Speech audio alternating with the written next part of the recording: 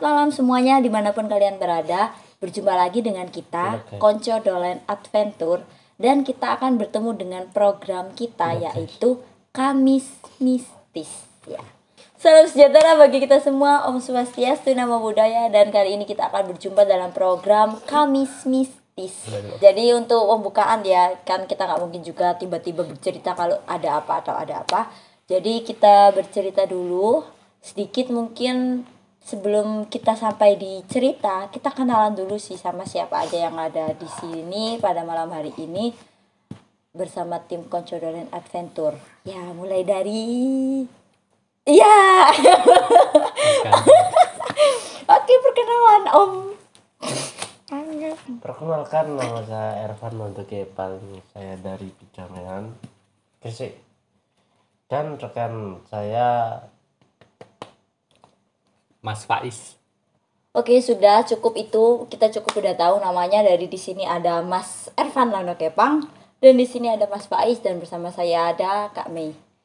Dan ada satu lagi rekan kita yang mungkin belum bergabung pada malam hari ini. Mungkin nanti atau di edisi selanjutnya kita bisa bergabung juga dengan teman yang belum bisa hadir pada malam hari ini.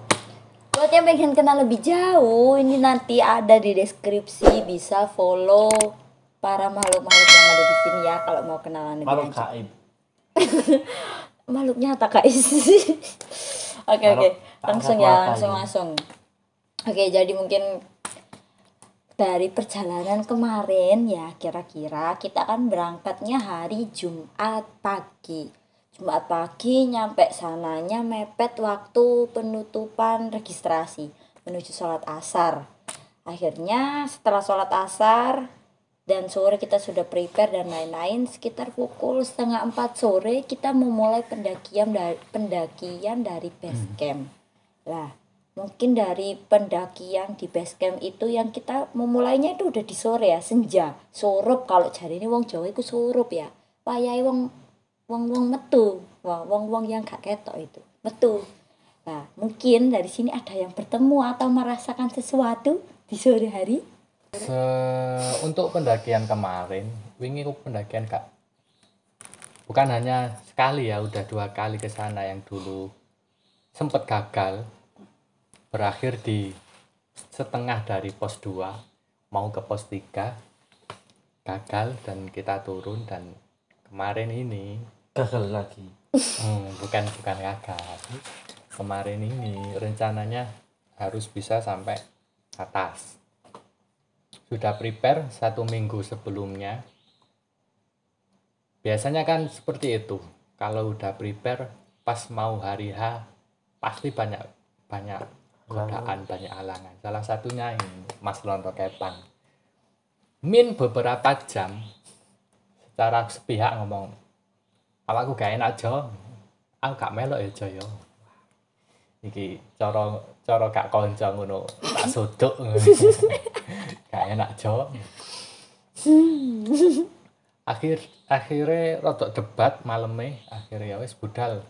Gak budal sebenarnya gak usah ngejak. Gertakan biasalah, gertakan temen. Nek gak budal mesti gak usah ngejak muncak mana. Akhirnya hari H berangkat. Ada masalah lagi teman saya. Teman pemula juga sih, adik kelas. Mas Mirja Latte.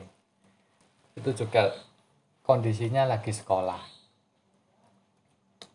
Nah, itu agak kesulitan untuk melobi sekolahnya sendiri. Dan akhirnya berangkat 4 jam. Yang asli nih berangkat jam 6 pagi. Molor, biasa lah. Molor sampai jam 8. Jam 8 ya.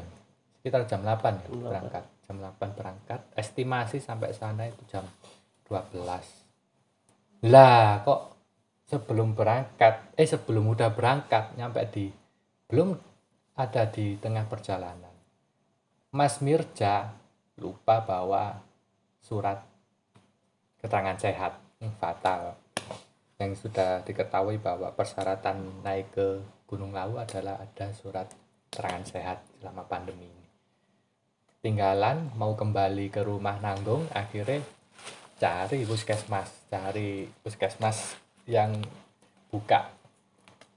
Dapat molor lagi sampai jam 10 nunggu, berangkatlah sampai sana sekitar sore sampai laut. Registrasi berangkat normal, tidak ada halangan sampai pos 2 camp. Masak-masak tidur. Wah, selanjutnya mungkin Mas Hervan bisa nambahin. Nah, aku sih Taifa cerita pengalamanku sing pertama kali nang Gunung Lawu sing wong papat iku lek sing iku dek pos pertama iku wis gak enak. Pos pertama gak enak mari ngono sing pokoknya pertama iku wis rasa gak enak lah sing awak dhewe pos 1 kate munggah nang pos 2 tutuk pertengahan tutuk ngene watu-watu gede gitu lho apa jenenge iki.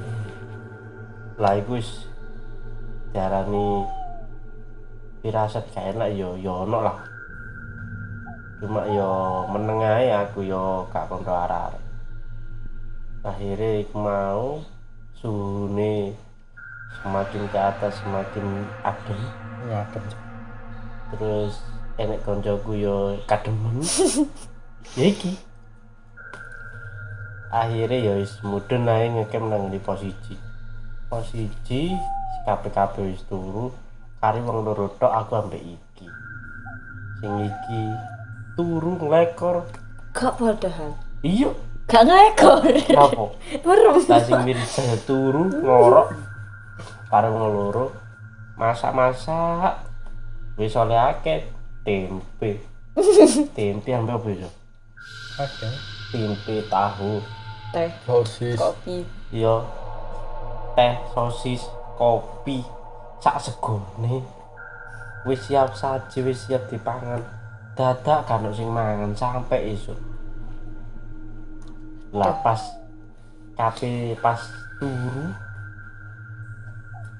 turu iku aku iku diimpeni wong wedok. Wong wedok iku ya rambute dawa, mari ngono klambine putih. Lek teko adohan iku ayu, tapi lek teko cedekan welek raine. Iku sing pertama kali nang Gunung Lawu, nang pos 1. Lah sing keduane munggah iku nek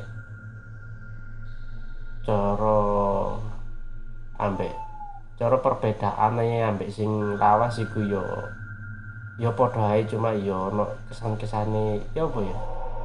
Nek wis tau mrono iku wis gak peduli sing barang ngono. Ngaku baru pas munggah tambah happy tambah seru. Wis main ngono tok. Akhirnya tutup pos 3 terus nggelar tenda masang tenda wis Pos loro iku ngecamp. Oh iya pos loro lali. Pos 2 ngecamp. Oh iya sadurunge sing awak dhewe mana terus bayangan terus nang watu-watu. lah. Nah ana kono iku lek gak salah ya iku enek pokoknya iku aku rasa iku ana wong sing ngawasi ya nduk antara watu-watu iku nduk ngono pas dhewe mangan iku. Lek gak salah iku no sebelah watu sing sebelah kiri lho. Aku kan munggah. Iki kan aku sing iki mang Iva sampean kan oke ini. Ke Fatimah iki Mirza. Kok sebelah kiri. Maghrib ya. Maghrib Anggere durunge udan. posisi gerimis. Gerimis lho. Gerimis gerimis. udah mau gerimis dan mau hujan sih gerimis. Marono ndukur tutup pos 2. Alhamdulillah awane nek dhuwur tambah ndukur tambah anget. Nek aku dhewe pribadiku tambah anget gak adem kok. Malah aku sampai cucul kaos lho. Bareng ngono pas udan gerimis. Adem. Tapi mah Pos 2 waktu hari pertama ya, pos 2 itu full, hampir tempat camp itu full. Akhirnya kalau sing tahu itu tahu nang Lawu kan kiri jalan pendakian kan ono warung, biasanya sing dibuat ngecamp kan depan nih warung seberang jalan full. Banyak dari rombongan Jakarta ya kemarin, Jakarta. Akhirnya mau nggak mau naik itu agak lama sih ke pos 3 nih. Turun akhirnya sampai pos 2 kalau nggak salah jam 7 jam 8 Jam 8 nyampe. ya, sampai jam 8 mau naik nanggung. Akhirnya diputuskan untuk bangun tenda di bawahnya warung, bawahnya pos 2. Tendanya sih bisa berdiri, cuma pasai bengkong-bengkong soalnya kan kontur tanahnya kan banyak bebatuan. Malam hujan agak deres, terus subuhnya bisa dikatakan badai sih, tapi gak nemen sampai tutupnya tenda Cover. cover kan pakai tenda ada layer cover luar itu sampai ucul setelah angin saking banter ya angin. Untuk malam pertama gak ada kendala sih. Ya. ada kendala tipas waktu tidur itu tempatnya kan bebatuan. Jadi geger itu aduh. Ya saya turun nang kasur, murmur turun nang watu-watu. Urat-urat itu lho. Ono sing ketekan. Dadi tangi ku rada-rada gak enak ngono. Subuh lah entang gitu. Iya, tangi subuh. Tangi subuh terus masak. Kan lesu posisinya kan lesu. Masak nang jero tenda guys, soalnya kan udah di luar itu hujan, jadi saya masak di dalam tenda sama kekasih. Sudah guys, Ya, itu hari seperti pertama. Hari Ya pertama. mungkin hari pertama memang belum banyak terlalu ada kejadian karena itu kondisi cuaca alam itu sudah lumayan melelahkan. Gerimis, angin, badai ringan, dan teman-teman capeknya itu udah numpuk di pos 2 itu. Akhirnya kita istirahat di pos 2 itu. Istirahat di pos 2 sampai malam. Selamat istirahat. Alhamdulillah sih nggak ada kejadian yang aneh atau apa, karena mungkin memang kondisi pos 2 itu rame banget full. Tempat di warung itu full, shelter full, depannya warung juga full, di bawah tempatnya kita itu juga full. Jadi ya mungkin jadi banyak temen juga, nggak ada suasana yang terlalu mencekam atau gimana, kurang lebih biasa lah gitu. Akhirnya hari kedua pagi kita, karena kita subuhnya pengen submit ke puncak itu pagi subuh. Oke, jadi pagi harinya bangun subuh itu udah banyak yang bangun, pengen banget sampai ke puncak, tapi kondisi cuaca ternyata memang belum terlalu bersahabat, karena itu tadi ada sedikit badai ringan, anginnya itu kencang banget, dan ya terutama angin kencang dan masih membawa rintik-rintik gerimis halus lah, gerimis panca itu.